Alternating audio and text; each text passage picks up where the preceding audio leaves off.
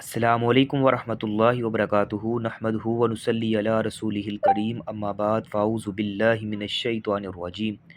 قال اللہ تعالی فی القرآن المجید بسم اللہ الرحمن الرحیم قد افلح المؤمنون الذین هم فی صلاتهم خاشعون وقال النبی صلی اللہ علیہ وآلہ وسلم صلوا کما رأیتمونی اصلی او کما قال۔ ہر قسم کی حمد و ثنا اللہ سبحانہ و تعالیٰ کے لیے جو کل کائنات کا خالق و مالک ہے، رازق، داتا، گنج بخش، رنج بخش، غریب نواز اور غوث اعظم ہے، کائنات کے ذرے ذرے کا دستگیر ہے، فعال لما یرید ہے، نحن اقرب الیہ من حبل الورید ہے، جس کی ذات، صفات، کمالات کے اندر کوئی بھی شریک نہیں، ازل سے اکیلا ہے، ابد تک اکیلا رہے گا، اور کل قیامت کے دن بھی اس اکیلے حکمراں کی حکمرانی ہوگی۔ ان گنت لا تعداد درود و سلام سرور کائنات، فخر موجودات، سرکار دو عالم، امام الانبیاء، شمس الضحیٰ، والی بطحا، سرچشمہ رشد و ہدا، منبع مہر و وفا، میرے اور آپ کے پیر و مرشد جناب محمد رسول اللہ صلی اللہ علیہ وآلہ وسلم کی ذات اقدس پر اللہ سبحانہ و تعالیٰ کا یہ بے پایا شکر اور اس کا خاص فضل ہے کہ اس نے ہمیں ایک مرتبہ پھر اس بابرکت مجلس میں جو ہے وہ جمع فرمایا ہے، اور یہ مجلس صرف رسمی اجتماع نہیں بلکہ فکر کی درستگی، نیت کی اصلاح اور عمل کی تعمیر کی ایک سنجیدہ کوشش ہے۔ یہاں ہم دین کو صرف سننے کے لیے نہیں بلکہ عمل کرنے کے لیے سیکھتے ہیں۔ یہ مجلس ہمیں یاد دلاتی ہے کہ اگر علم دل تک نہ پہنچے تو وہ بوجھ ہے، اگر عمل میں نہ ڈھلے تو حجت بن جاتا ہے۔ اصل کامیابی اسی میں ہے کہ سیکھا ہوا علم ہمارے اخلاق، عبادات اور ہمارے معاملات میں بھی نظر آئے۔ تو اس اعتبار سے آپ خوش قسمت ہیں، اللہ سبحانہ و تعالیٰ نے آپ کو اس راستے کے لیے منتخب فرمایا ہے اور آپ کے دل میں جو ہے وہ طلب دین پیدا کی ہے اور آپ کو اس درس کا حصہ بنایا ہے جہاں کتاب و سنت کی بنیاد پر زندگی کو سمجھا اور سنوارا جاتا ہے۔ تو آئیں اپنے لیسن کی جانب بڑھتے ہیں۔ کل چونکہ ایک پروگرام کی مصروفیت کی وجہ سے کل کلاس نہیں لے پایا اور ریکارڈنگ وغیرہ بھی نہیں شیئر کر سکا، تو انشاءاللہ اسی کلاس کو 107 نمبر ہماری حدیث ہے آج، تو ادھر سے یہ آگے بڑھتے ہیں۔ بسم اللہ الرحمن الرحیم۔ تحیت المسجد کے حوالے سے بات ہو رہی ہے۔ ان ابی قتادۃ الحارث بن ربیع الانصاری رضی اللہ عنہ قال قال رسول اللہ صلی اللہ علیہ وسلم اذا دخل احدکم المسجد فلا یجلس حتى یصلی رکعتین، رواہ البخاری والمسلم۔ حضرت ابو قتادہ حارث بن ربیع انصاری رضی اللہ تعالیٰ عنہ سے روایت ہے، فرماتے ہیں کہ نبی علیہ الصلوۃ والسلام نے فرمایا، جب تم میں سے کوئی مسجد میں داخل ہو تو وہ نہ بیٹھے یہاں تک کہ وہ 2 رکعت جو ہے وہ ادا کر لے۔ اس حدیث کا مفہوم یہ ہے کہ جمعے کے دن ایک دن حضرت غطفانی نامی ایک صحابی ہیں، وہ مسجد نبوی میں داخل ہوتے ہیں اور بیٹھ جاتے ہیں۔ نبی علیہ الصلوۃ والسلام خطبہ ارشاد فرما رہے تھے تو آپ نے اسے دیکھتے ہی ارشاد فرمایا اٹھیں اور 2 رکعت پڑھ کر جو ہے وہ بیٹھیں۔ تو مسجد کی عظمت کا تقاضا یہ ہے کہ اس میں داخل ہونے والا 2 رکعت نماز پڑھ کر بیٹھے، اور ان 2 رکعتوں کو تحیت المسجد جو ہے وہ کہا جاتا ہے، اس کا نام دیا جاتا ہے۔ تو مسجد میں داخل ہونے والے کے لیے تحیت المسجد پڑھنا جمہور کے نزدیک مستحب عمل ہے، اور امام داؤد ظاہری تحیت المسجد کے وجوب کے قائل ہیں، کہتے ہیں وہ واجب ہے، لازم پڑے گا۔ تو مسجد میں داخل ہونے والے کے لیے باوضو ہو کر داخل ہونا یہ بھی مستحب ہے، یعنی گھر سے وضو کر کے آئے اور آ کے جو ہے وہ تحیت المسجد ادا کرے گا تاکہ تحیت المسجد جو ہے وہ ترک نہ ہو سکیں، یعنی ایک فضیلت والا کام ہے اور فضیلت والا عمل ہے۔ اس طرح باب نمبر 25 ہے، نماز میں گفتگو کی ممانعت، حدیث نمبر 108 ہے۔ ان زید بن ارقم رضی اللہ عنہ قال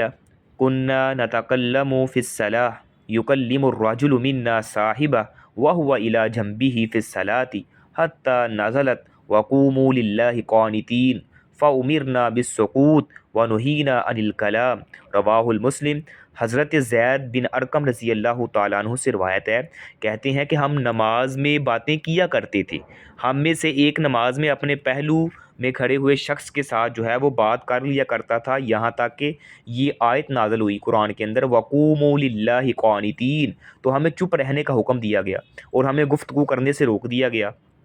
تو اس حدیث کا مفہوم یہ ہے کہ حضرت زید بن ارقم رضی اللہ تعالیٰ عنہ صحابی رسول ہیں، وہ اپنا مشاہدہ بیان کرتے ہیں کہتے ہیں کہ ابتدا میں یعنی شروع میں مسلمان نماز پڑھتے ہوئے آپس میں باتیں کر لیا کرتے تھے، لیکن جب یہ آیت نازل ہوئی نا قرآن مجید کے اندر، حافظوا علی الصلوات والصلاۃ الوسطی وقوموا للہ قانتین، تو تمام مسلمانوں کو جو ہے وہ نماز کے دوران گفتگو کرنے سے منع کر دیا گیا۔ تو اسلام کے ابتدائی مرحلے میں نماز کے دوران ضرورت کے تحت جو ہے وہ باہمی گفتگو کرنا جو تھی وہ جائز تھی۔ تو قوموا للہ قانتین، یہ آیت کے نزول کے بعد نماز کے دوران جو ہے گفتگو کو قطعی طور پہ ممنوع قرار دے دیا گیا، یعنی منع کر دیا گیا۔ اب اگر کوئی نماز کے دوران باتیں کرے گا تو اس سے نماز جو ہے وہ فاسد ہو جاتی ہے۔ تو یہ جو آیت ہے اس میں جو ہے وہ خاموشی اختیار کرنا، یعنی اس جو ہے وہ یہاں پہ بات تلقین کی گئی ہے کہ قوموا للہ قانتین، اللہ کے لیے جو جب آپ نے کھڑا ہونا ہے تو فرما بردار بن کے۔ تو فرما برداری کب ہوتی ہے کہ نماز کے دوران عام گفتگو کو اس لیے حرام قرار دیا گیا ہے کہ تاکہ نمازی جو ہے وہ مکمل یکسو ہو کر اپنے رب سے مناجات کر سکے، اپنے رب سے جو ہے وہ، یعنی نماز کے دوران بندہ ہم کلام ہوتا ہے نا، تو بجائے اس کے کہ وہ باتیں کریں، باتیں کرنے سے اس لیے منع کیا گیا ہے وہ پورے دل جمی کے ساتھ، پورے خشوع اور خضوع کے ساتھ اپنے جو زبان سے کلمات نکال رہا ہے، جو نماز ادا کر رہا ہے، ان الفاظ کی جانب جو ہے اس کا غور و فکر ہو تاکہ جو ہے وہ اس کی نماز کے اندر خشوع اور خضوع زیادہ آئے۔ اسی طرح باب نمبر 26 ہے، سخت گرمی کے موسم میں ظہر کی نماز کو ٹھنڈا کرنا، حدیث نمبر 109 ہے، ان عبد اللہ بن عمر و ابی ہریرہ رضی اللہ عنہم الرسول اللہ صلی اللہ علیہ وسلم وقال اذا اشتد الحر فابردوا عن الصلاۃ فان شدۃ الحر من فیہ جہنم۔ حضرت عبداللہ بن عمر اور حضرت ابو ہریرہ رضی اللہ تعالی عنہم روایت کرتے ہیں کہ نبی علیہ الصلوۃ والسلام نے ارشاد فرمایا، جب گرمی سخت ہو جائے تو نماز کو ٹھنڈا کر لیا کرو، اس لیے کہ گرمی کی شدت جو ہے وہ جہنم کے جوش کی وجہ سے ہوتی ہے۔ تو مفہوم حدیث کا یہ ہے کہ نماز کی روح یہ ہے کہ کامل یکسوئی، خشوع اور خضوع اور اللہ تعالیٰ کے سامنے یعنی دل کو حاضر کر کے ادا کی جائے۔ تو اگر کوئی ایسی صورت میں پیدا ہو جائے جس سے نماز کی روح متاثر ہوتی ہے تو پہلے اسے دور کر لیا جائے۔ مثلا انسان کو بول و براز کی آ جاتا ہے تو محسوس ہوتی ہے تو پہلے اس سے فارغ ہو، یعنی وہ پیشاب وغیرہ کر کے پھر جو ہے فارغ ہو کے پھر نماز ادا کرے۔ اگر بھوک لگی ہے اور بھوک کے دوران جو ہے ادھر نماز کا ٹائم ہو گیا اور آپ کے سامنے کھانا بھی آ جاتا ہے تو پہلے آپ کھانا تناول فرمائیں، کھانا تناول فرمانے کے بعد پھر جو ہے وہ نماز کو ادا کریں۔ اسی طرح سخت گرمی ہو تو ظہر کی نماز جو ہے نماز کو اول وقت سے مؤخر کیا جا سکتا ہے اور کرنا بھی مستحب ہے، یعنی پسندیدہ عمل ہے، تاکہ گرمی کی شدت جو ہے وہ خشوع اور خضوع کے لیے رکاوٹ نہ بن سکے۔ تو سخت گرمی کے موسم میں ظہر کی نماز کو ٹھنڈا کر کے پڑھنا یہ مستحب عمل ہے۔ ٹھنڈا کرنے سے مراد یہ ہے کہ سورج کی شعاعیں جو ہوتی ہیں نا، جب اول وقت میں ظہر کی نماز کا ٹائم ہوتا ہے تو اس سے تھوڑا یعنی جب شعاعیں تھوڑی سی ڈل جائیں، انسان کا سایہ تھوڑا سا ڈل جاتا ہے، تب یعنی تھوڑا سا ٹھنڈا کر کے اس کو ادا کر لے۔ لیکن یہ نہیں ہے کہ اتنا ہی جو ہے وہ اس کو لیٹ کر لے کہ ادھر عصر کا نماز بھی جو ہے وہ سٹارٹ ہو جائے اور ظہر کی نماز کا ٹائم بھی ختم ہو جائے۔ تو اس چیز کا بھی خاص خیال رکھنا ہے۔ اسی طرح حدیث نمبر 110 ہے، ان انس بن مالک رضی اللہ عنہ قال كنا نصلي مع رسول الله صلى الله عليه وسلم في شدة الحر فإذا لم يستطع أحدنا أن يمكن جبهته من الأرض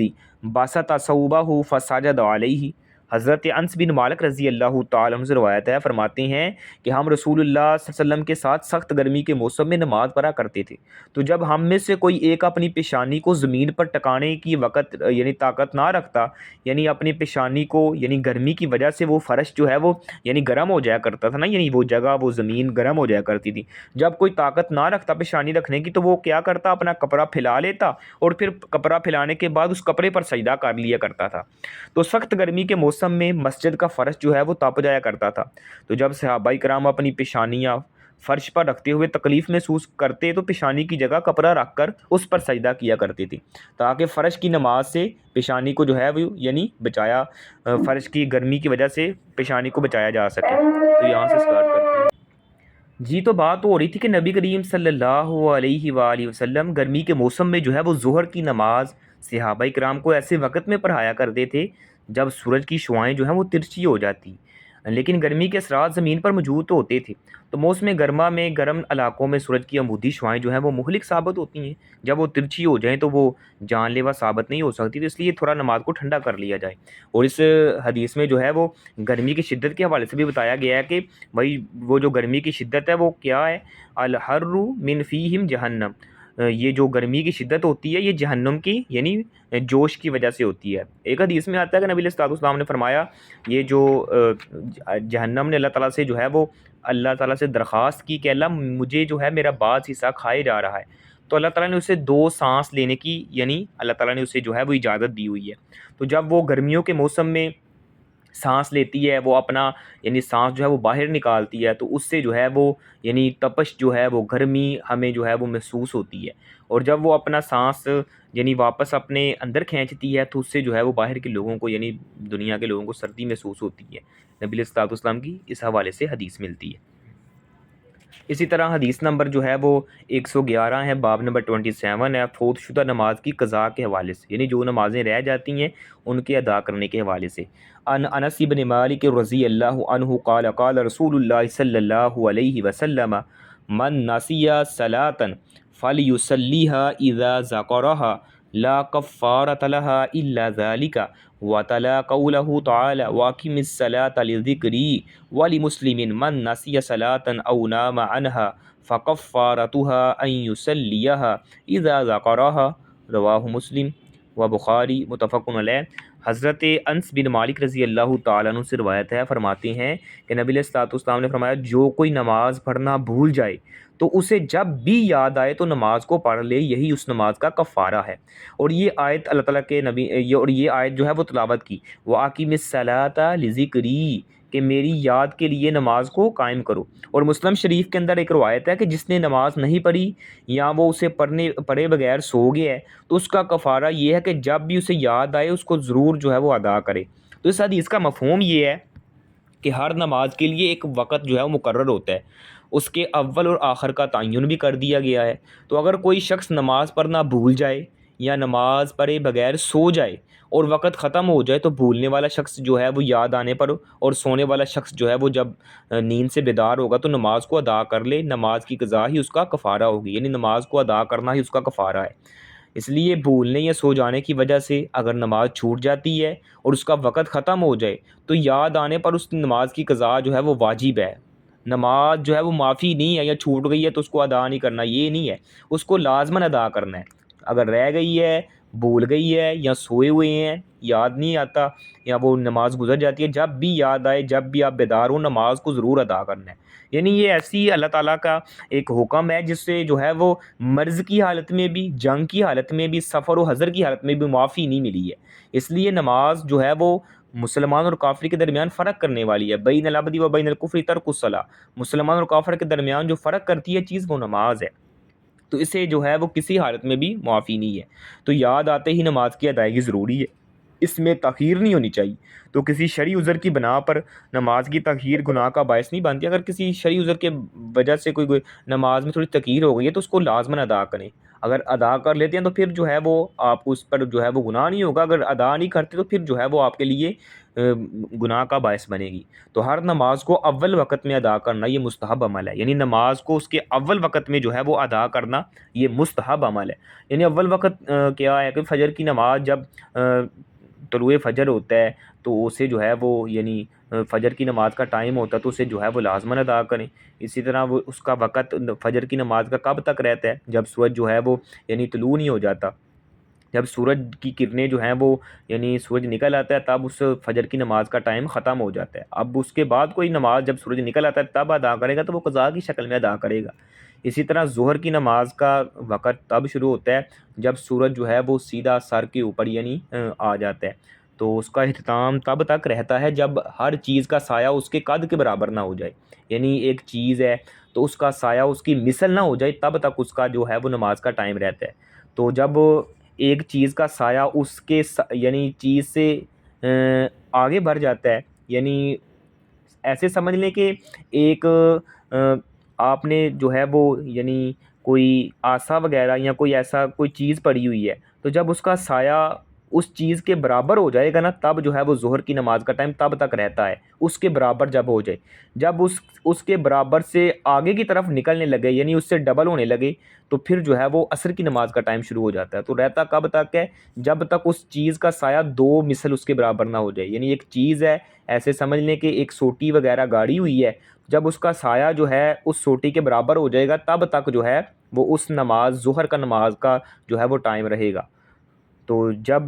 اس سوٹی کے سائے سے بھی اس کا سایہ یعنی ڈبل ہونے لگے تو پھر جو ہے وہ عصر کی نماز کا ٹائم شروع ہو جاتا ہے۔ تو رہتا تب تک ہے جب کسی چیز کے سایہ جو ہے وہ اس کے 2 مثل نہ ہو جائے۔ اسی طرح جب مغرب کی نماز کا جو سورج جو ہے وہ یعنی سورج جو ہے وہ غروب ہونے لگتا ہے تو تب جو ہے وہ اس کا عصر کی نماز کا بھی ٹائم ختم ہو جاتا ہے۔ پھر جب سورج جو ہے وہ غروب ہو جاتا ہے تو ساتھ ہی مغرب کی نماز کا جو ہے وہ ٹائم شروع ہو جاتا ہے۔ تو مغرب کی نماز کا ٹائم انتہائی جو ہے وہ قلیل ہوتا ہے، تھوڑا سا ہوتا ہے، یعنی جب آسمان پر سرخی جو نظر آ رہی ہوتی ہے، سرخی مائل، وہ جب تک رہتی ہے تب تک جو ہے وہ مغرب کی نماز کا ٹائم رہتا ہے۔ جب وہ سرخی جو ہے وہ غائب ہونے لگ جاتی ہے یعنی اندھیرا اور ستارے نکلنے شروع ہو جاتے ہیں تب جو ہے وہ مغرب کی نماز کا ٹائم ختم ہو جاتا ہے۔ پھر جو ہے وہ عشاء کی نماز کا ٹائم سٹارٹ ہو جاتا ہے۔ تو عشاء کی نماز جو ہے آدھی رات تک انسان جو ہے وہ ادا کر سکتا ہے۔ تو یہ نمازوں کے اوقات کے حوالے سے تھا۔ تو اسی طرح جو ہے لیکن اول وقت میں نماز کو ادا کرنا یہ مستحب عمل ہے، سوائے عشاء کی نماز کے اسے تاخیر سے ادا کرنا افضل ہے اور مستحب ہے۔ اسی طرح باب نمبر 28 ہے نوافل پڑھنے والے کے فرائض پڑھنے والوں کی امامت کرانا۔ اس حدیث نمبر 112 ہے عن جابر بن عبد اللہ رضی اللہ عنہما ان معاذ بن جبل رضی اللہ عنہ کان یصلی مع رسول اللہ صلی اللہ علیہ وسلم العشاء الآخرہ ثم یرجع الى قومه فیصلی بهم تلک الصلاۃ رواہ البخاری والمسلم۔ حضرت جابر بن عبداللہ رضی اللہ تعالیٰ عنہ سے روایت ہے، فرماتے ہیں کہ حضرت معاذ بن جبل نبی علیہ الصلوۃ والسلام کے ساتھ عشاء کی نماز پڑھتے تھے، پھر اپنی قوم کی طرف لوٹتے، پھر انہیں جا کر یہ نماز پڑھاتے یعنی عشاء کی نماز۔ تو حدیث کا مفہوم یہ ہے کہ حضرت معاذ بن جبل رضی اللہ تعالیٰ عنہ انصاری صحابی ہیں، تو قبیلہ بنو سلمہ میں سے تھے، تو ان کی رہائش جو ہے وہ مدینہ کے باہر محلے میں تھی۔ تو حضرت معاذ جو کیا کیا کرتے تھے، عشاء کی نماز نا مسجد نبوی میں نبی علیہ الصلوۃ والسلام کے پیچھے ادا کرتے تھے، تو وہی نماز اپنے محلے میں پہنچ کر اپنے قبیلے کے افراد کو دوبارہ بھی پڑھاتے تھے۔ تو اس طرح حضرت معاذ رضی اللہ تعالیٰ عنہ کے نوافل ہو جاتے، جبکہ جو ان کے پیچھے نماز ادا کرتے ان کے لیے وہ فرض نماز ہو جاتی۔ تو ایسے کرنا جائز ہے، یعنی ایک شخص نے پہلے فرض نماز ادا کر لی ہے تو اب کسی کی جماعت کروا رہا ہے تو اس کی جو ہے وہ نفلی ہو جائے گی، باقی جو پیچھے والی ہوں گی اس کی فرضی ہو جائے گی۔ تو نوافل ادا کرنے والے کی امامت میں فرض نماز ادا بھی کی جا سکتی ہے، یعنی یہ بھی مسئلہ نکلا ہے اگر کوئی نفل پڑھ رہا ہے تو آپ اس کے پیچھے یعنی فرض نماز ہی بھی ادا کر سکتی ہیں۔ تو فرض ادا کرنے والے کی اقتداء میں نفلی نماز بھی پڑھی جا سکتی ہے، اسی طرح فرض نماز کا جو اعادہ ہے وہ جائز ہے،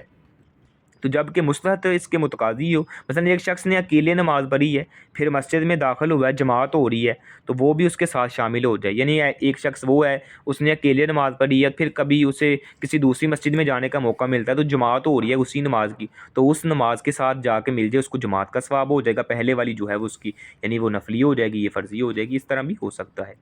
باب نمبر 29 ہے نماز میں کندھوں کو ڈھانپنے کا حکم ہے۔ حدیث نمبر 113 ہے ان ابی ہریرہ رضی اللہ تعالی عنہ قال قال رسول اللہ صلی اللہ علیہ وسلم لا یصلی احدکم فی الثوب الواحد لیس علی عاتقہ منہ شیء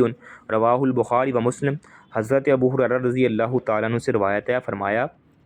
تمہارا کوئی بھی ایک کپڑے میں نماز نہ پڑھے جب تک اس کے کندھے پر اس میں سے کچھ حصہ نہ ہو۔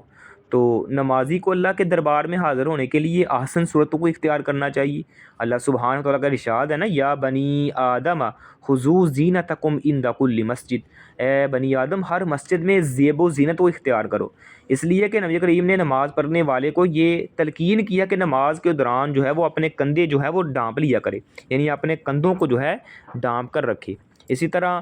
اس حدیث سے حکام یہ نکلے کہ نماز کے دوران جو ہے وہ کندھوں کو کپڑے سے ڈھانپنا ضروری ہے۔ تو اللہ کے دربار میں حاضری کے لیے احسن صورت کو اختیار کرنا یہ جو ہے وہ مستحب عمل ہے، یعنی نماز آپ نے پڑھنے کے لیے جانا ہے مسجد کے اندر تو زیب و زینت اختیار کریں، یہ نہیں آپ کا لباس بھی اچھا ہونا چاہیے، آپ کا لباس کے ساتھ ساتھ آپ عطر ہیں، خوشبو ہے، اس کا جو ہے وہ استعمال کریں سوائے خواتین کے۔ خواتین کو تو ممانعت ہے نا خوشبو لگا کے گھر سے باہر جانے سے۔ تو اسی طرح جو ہے وہ اگر مرد ہیں، آپ کے بیٹے ہیں، بھائی ہیں، وہ جاتے ہیں، ان کو اچھا لباس دیں، ان کو خوشبو مہیا کریں، مسواک کا ساتھ استعمال کریں، تاکہ آپ نے نماز کے اندر جا کے شامل ہونا ہے، آپ کا لباس گندلا ہے، آپ نے جو ہے وہ یعنی لباس وہ والا پہنا ہوا ہے، وہ اسی کے ساتھ کام کرتے ہیں، اسی کے ساتھ جو ہے وہ اپنی بھینسوں کو چارہ بھی ڈالتے ہیں، سارے کام وغیرہ کرتے ہیں، تو اس میں سے یعنی اسمیل آ رہی ہے، تو آپ ایسی مسجد میں چلے جاتے ہیں جا کر دوسرے نمازیوں کو بھی جو ہے وہ یعنی اس طرح پریشانی کا باعث یعنی بنتے ہیں، تو ایسا نہیں کرنا چاہیے۔ اچھا لباس پہنے، دیکھیں اللہ تعالیٰ کا جو اللہ تعالیٰ کے نبی پاک کی حدیث ہے نا بھائی، جو روئے زمین پر سب سے جو یعنی افضل جگہ ہوتی ہیں، برکت والی جگہ ہوتی ہیں، وہ اللہ کے گھر مساجد ہوا کرتی ہیں۔ تو انسان جب یعنی دنیاوی کسی ایسے ادارے میں جاتا ہے، کچہری میں، عدالت میں، یا کسی اور جگہ پہ جاتا ہے، تو بڑا لباس سوٹڈ بوٹڈ ہو کے جاتا ہے، لیکن جب اللہ کے گھر جانے کی باری آتی ہے تب وہ ایسے گدلا سا ہو کے بال بکھرے ہوئے ہیں اور لباس بھی جو ہے وہ ایسے پہنا ہوا ہے، تو ایسے نہیں، بلکہ اچھا لباس استعمال کرنا چاہیے، اچھا لباس پہن کے خوشبو لگا کے مسواک کر کے جو ہے وہ جائے اور جا کے نماز کو ادا کرے۔ اسی طرح کیونکہ وہ نماز اکیلے تھوڑا پڑھ رہا ہے، ساتھ دوسرے بندے بھی پڑھ رہے ہیں، اور اسی کے ساتھ ساتھ اللہ کے پاک باز فرشتے بھی جو ہیں وہ ان صفوں اور ان مجالس میں ہوا کرتے ہیں، تاکہ وہ بھی آپ سے جو ہے وہ گن نہ کھائیں، آپ سے جو ہے وہ محبت اور آپ سے راحت محسوس کریں، بجائے اس کے کہ وہ آپ سے جو ہے وہ ناپسندیدگی کا اظہار کریں۔ تو ایسا نہیں ہونا چاہیے، یعنی اچھا لباس پہنے، اچھا جو ہے وہ یعنی بن اور سنور کے جائیں۔ نبی علیہ الصلوۃ والسلام نے اپنے صحابہ کو یہی تلقین کی تھی، اگرچہ آپ اچھا نیا لباس نہیں پہن سکتے، لیکن آپ کا لباس پرانا ہی ہو، لیکن صاف ستھرا تو ہونا چاہیے نا۔ اور صحابہ کرام کا یہی معمول ہوا کرتا تھا، اگرچہ لباس جو ہے وہ پرانا پھٹا ہے، لیکن اس کو جو ہے مرمت کر کے اچھا دھو کے اور استعمال کیا کرتے تھے۔ تو بلکہ سلف صالحین کا تو طریقہ کار یہ تھا کہ محدثین جو پتہ کیا کرتے تھے، جب نیا سوٹ سلائی کرتے تو وہ پہن کے سب سے پہلے مسجد میں جایا کرتے تھے، بھائی لوگوں کو کیوں دکھلانا ہے، میں اس سوٹ کو جو میں نے نیا سلائی کروایا اس کو پہن کے میں اللہ کے گھر جاؤں گا، میں اللہ کے گھر سے جو ہے وہ اس کی ابتدا کروں گا۔ تو اس لیے نماز کے دوران جو ہے وہ اچھا لباس پہننا، یہ بھی اس چیز کا بھی خاص خیال رکھا جائے۔ تو یہ آج جو ہم نے احادیث پڑھی ہیں، ان کا مجموعی لحاظ سے پیغام یہی ہے کہ نماز کی جو ہے وہ یعنی روح، ادب اور اہمیت کو واضح کرتی ہے۔ تو مسجد میں داخل ہوتے ہی تعظیم میں جو ہے وہ تحیۃ المسجد جو ہے ادا کیے جائیں، نماز میں مکمل خشوع کے ساتھ گفتگو سے اجتناب یعنی گفتگو کرنے سے منع کیا گیا ہے۔ تو شدید گرمی میں شریعت نے یہ سہولت دی ہے کہ جو ہے وہ نماز ظہر کی نماز کو آپ ٹھنڈا کر سکتے ہیں۔ اسی طرح جو ہے وہ یعنی دیگر رخصتیں اللہ تعالیٰ نے دی ہیں، یعنی اس طرح جو ہے وہ نماز کوئی رہ جاتی ہے، فوت شدہ نماز کی فوری جو ہے وہ قضا کو ادا کرے، نوافل پڑھنے والے کی امامت کروائی جا سکتی ہے، اور نماز میں جو ہے وہ ستر اور وقار، یہ سب اس حقیقت کو اجاگر کرتے ہیں کہ نماز ہر حال میں لازم ہے، باوقار اور بادب عبادت ہے، تو نہ بھول عذر ہے، نہ مشقت جو ہے وہ رکاوٹ، تو بلکہ ہر صورت میں بندے کا اللہ کے ساتھ تعلق جو ہے وہ باقی رہتا ہے۔ تو نماز صرف عمل ہی نہیں ہے، بلکہ بندے اور رب کے درمیان جو ہے وہ ادب اور اطاعت اور تعلق کا جو ہے وہ ایک زندہ اعلان ہوتا ہے، یعنی اللہ کے ساتھ تعلق کو جو ہے وہ انسان قائم کرتا ہے۔ تو اللہ تعالیٰ سے دعا ہے جو کچھ سنا ہے، جو سنایا ہے، اللہ میرے سمیت ہم سب کو عمل کرنے کی توفیق عطا فرمائے۔ ھذا من عندی واللہ اعلم بالصواب۔